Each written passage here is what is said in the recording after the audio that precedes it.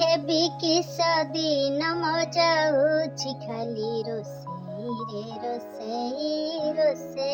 ରୋଷେଇ। ଆଲୋ ଏ ଛାଇନ ଏମିତି କହନା ଲୋ, ରୋଷେଇ କରିବା କ'ଣ ଆମର ମଜବୁରୀ? ରୋଷେଇ କରିବା ପରା ଆମର ଗୋଟେ ଖୁସି। ଚାଲ ଦୁହେଁ ମିଳିମିଶି ରୋଷେଇ କରିବା। ଦେଖଣାହାରୀମାନଙ୍କୁ ରିକ୍ୱେଷ୍ଟ, ଚ୍ୟାନେଲଟିକୁ ସବସ୍କ୍ରାଇବ୍ କରିଦିଅନ୍ତୁ। ଲାଇକ୍ ସେୟାର କମେଣ୍ଟ କରିବାକୁ ଭୁଲନ୍ତୁନି। 300 ଗ୍ରାମ ପାଳଙ୍ଗ ଶାଗ ନେଇଯିବା, ତାକୁ ଭଲ ଭାବରେ ବାଛିବା, ଧୋଇବା, ତାପରେ ଦେଇଦେବା ଗ୍ରାଇଣ୍ଡରରେ। 4-5 କୋଲା ରସୁଣ ଦେଇଦେବା, ଅଦା ଛୋଟ ଖଣ୍ଡେ ଦେଇଦେବା, ଆଉ ଦେଇଦେବା 2ଟି ଶୁଖିଲା ଲଙ୍କା, ଫାଳେ ପିଆଜକୁ କାଟିକି ସେଥିରେ ଦେଇକି ଫାଇନ୍ ପେଷ୍ଟ ଗୋଟେ ବନେଇବା।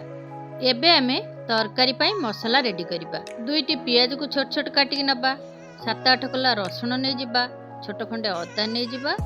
ଏସବୁକୁ ଗ୍ରାଇଣ୍ଡରରେ ଦେଇ ଗୋଟେ ଫାଇନ୍ ପେଷ୍ଟ କରି ସାଇଡ୍ କରି ରଖିବା। ପାଳଙ୍ଗ ଶାଗର ପେଷ୍ଟରେ ମିଶାଇବା ସ୍ୱାଦ ଅନୁସାରେ ଲୁଣ, 1 ଚୁଟକି ହଳଦୀ, 1 ଚୁଟକି ହେଙ୍ଗୁ ମିଶାଇବା, 1 କପ୍ ବେସନ ନେବା, ସେଥିରେ ଧୀରେ ଧୀରେ କରି ଆମେ ମିଶାଇବା। ପାଳଙ୍ଗ ଶାଗର ଏହି ଧୋକା ତରକାରୀ ବହୁତ ବଢ଼ିଆ ବନିଥାଏ। ଭାତ ଆଉ ରୁଟି ସହିତ ଖାଇବାକୁ ବହୁତ ବଢ଼ିଆ ବି ଲାଗିଥାଏ। କେହି କେହି ରାତିରେ ଶାଗ ଖାଇବାକୁ ପସନ୍ଦ କରନ୍ତିନି। ଯଦି ଏହିଭଳି ଆଇଟମଟିଏ ବନେଇକି ଦେବେ ତାହେଲେ ସେମାନେ ଖୁସିରେ ଖାଇପାରିବେ। ଏବେ ଗୋଟେ ପ୍ଲେଟ୍ରେ ଅଳ୍ପ ଟିକେ ତେଲ ନେଇ ଚାରିଆଡ଼େ ଲଗାଇଦେବା ଏବଂ ପାଳଙ୍ଗ ଶାଗର ମିକ୍ସଚରକୁ ସେଥିରେ ଦେଇ ଭଲ ଭାବରେ ସ୍ପ୍ରେଡ୍ କରିନେବା। ଛାଇନ ଆଗରୁ ଏମିତି କେବେ ଖାଇଛୁ ନା? ନାଇଁ ଦିଦି। ଆଲୋ ତୋର ସେ ମୋଟିଆକୁ ଖାଇବ ନା ନାଇଁ? ହଁ, ଯାହା ଦେଖିଲେ ଖାଲି ଖାଇବ ହଉଛି। ଏବେ ଆମେ ଆକୁ ଷ୍ଟିମ୍ କରିବାକୁ ନେବା। କଡ଼େଇରେ 1 ଗ୍ଲାସ ପାଣି ଦେଇଦେବା, ତା ଉପରେ ଏମିତି ଗୋଟେ ଷ୍ଟାଣ୍ଡ ଥୋଇଦେବା, ତାପରେ ସେ ମିଶ୍ରଣ ପ୍ଲେଟଟିକୁ ତା ଉପରେ ରଖିଦେବା। କଭର କରିକି 5 ମିନିଟ୍ କୁକ୍ କଲା ପରେ ଚେକ୍ କରିବା। ଯଦି ନାଇଫ୍ରେ ତାର ବ୍ୟାଟର କିଛି ଲାଗୁନି ତାହେଲେ ପରଫେକ୍ଟଲି ତାହା ସିଝି ଯାଇଛି। ଏବେ ସେଥିରୁ କାଢ଼ି ନେଇ ଥଣ୍ଡା କରିବାକୁ ଛାଡ଼ିଦେବା। ଏଇଠି ଛୋଟ ଛୋଟ ସ୍କୋୟାର ସାଇଜ୍ କରିକି ଆଳୁ କାଟିକି ନେବା।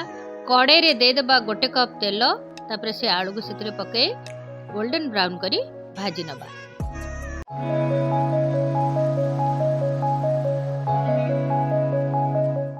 ଏବେ ଆମର ଆଳୁ ଭାଜି ହେଇଯାଇଛି, ତାକୁ ଗୋଟେ ପ୍ଲେଟକୁ କାଢ଼ି ରଖିବା। ସେଇ କଡ଼େଇରେ ଆଉ 2 ଚାମଚ ତେଲ ଦେଇ ସେଥିରେ 1 ତେଜପତ୍ର ଆଉ 1 ଚାମଚ ଚିନି ଦେଇ, ଚିନି ଲାଲ ହେଲା ପରେ ଗ୍ରାଇଣ୍ଡିଙ୍ଗ କରି ରଖିଥିବା ଅଦା, ରସୁଣ, ପିଆଜର ପେଷ୍ଟକୁ ସେଥିରେ ଦେବା। ସ୍ୱାଦ ଅନୁସାରେ ଲୁଣ, ହଳଦୀ, 1/2 ଚାମଚ ଜିରା ଗୁଣ୍ଡ, 1 ଚାମଚ ଲାଲ ଲଙ୍କା ଗୁଣ୍ଡ, 1 ଚାମଚ ଧନିଆ ଗୁଣ୍ଡ, 1 ଚାମଚ ସବ୍ଜି ମସଲା ଦେଇ ଭଲ ଭାବରେ ଗୋଳେଇ ନେବା। ଏ ଛାଇନ, ଯେତେବେଳେ ମୁଁ ତେଲରେ ତେଜପତ୍ର, ଚିନି ପକାଉଥିଲି ତାର ଭିଡ଼ିଓ କାହିଁ କରିନୁ? ସରି ଦିଦି, ଭୁଲ ହେଇଗଲା। ଏମିତି ଭୁଲ କେବେ କରିବୁନି। ଏବେ ଦେ ଟମାଟୋ ପ୍ୟୁରି ମୁଁ ସେଥିରେ ପକେଇ ଦିଏ। ହଉ ଦିଦି। ଆରେ ସେ ଷ୍ଟିମ୍ ପାଳଙ୍ଗଟା ଥଣ୍ଡା ହେଲା କି ନାହିଁ ମୋ ପାଖକୁ ଆଣେ। ହଁ, ଏଇଠି ଦେଖେ ପୁରା ବଢ଼ିଆ ସେ ଥଣ୍ଡା ହେଇଯାଇଛି। ଆମେ ତାକୁ ଏବେ ପିସ୍ ପିସ୍ କରି କାଟିବା।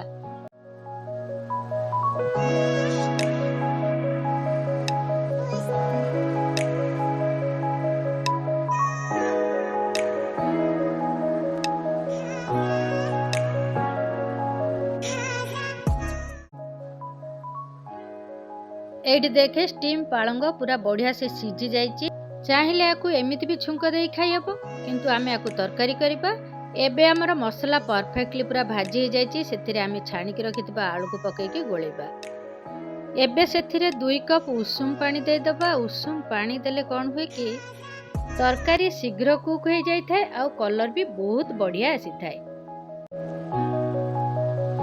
ଏଇଠି ଦେଖନ୍ତୁ ତରକାରୀର କଲର୍ କେତେ ବଢ଼ିଆ ଆସିଛି। ଏବେ ଆମେ ଷ୍ଟିମ୍ କରି ରଖିଥିବା ପାଳଙ୍ଗକୁ ସେଥିରେ ଗୋଟି ଗୋଟି କରି ପକାଇବା।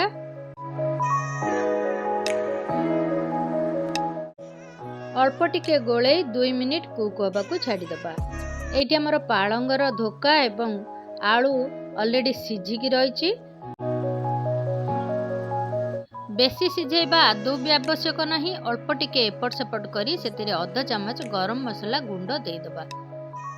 ଏବେ ଗରମା ଗରମ ରୁଟି ଏବଂ ଭାତ ସହିତ ପରସି ଦିଅନ୍ତୁ ପାଳଙ୍ଗର ଏହି ଧୋକା ତରକାରୀ। ଦେଖିବେ ୟାର ଗ୍ରେଭିଟା ଚିକେନର ଟେଷ୍ଟ ପରି ଆସିବ। ଆଳୁ ପୁରା ପରଫେକ୍ଟଲି ଏଠି ସିଝିକି ଯେମିତି ଚିକେନରେ ଆଳୁ ପଡ଼େ କି ଆମେ ମଟନରେ ଆଳୁ ପକାନ୍ତି ସେମିତି ବି ଟେଷ୍ଟ ଆସିବ, କିନ୍ତୁ ଟିକେ ଆସିବ ପାଳଙ୍ଗର ଟିକେ ତୀଖାପଣ ଆସିବ। ବହୁତ ବଢ଼ିଆ ଲାଗିବ ଖାଇଲେ ତା ସହିତ ମିଶେଇକି। ଏମିତି ଘରେ ବନେଇକି ଖାଆନ୍ତୁ। କେମିତି ଲାଗିଲା କମେଣ୍ଟରେ ନିଶ୍ଚୟ କୁହନ୍ତୁ। ଜୟ ଜଗନ୍ନାଥ। ଏ ଛାୟା ସବୁତକ ତରକାରୀ ନେଇ ତୁ କୁଆଡ଼େ ଯାଉଛୁ? ମୋଟିକି ସବୁ ଦବୁନି, ଆମେ ସମସ୍ତେ ଖାଇବା ନା।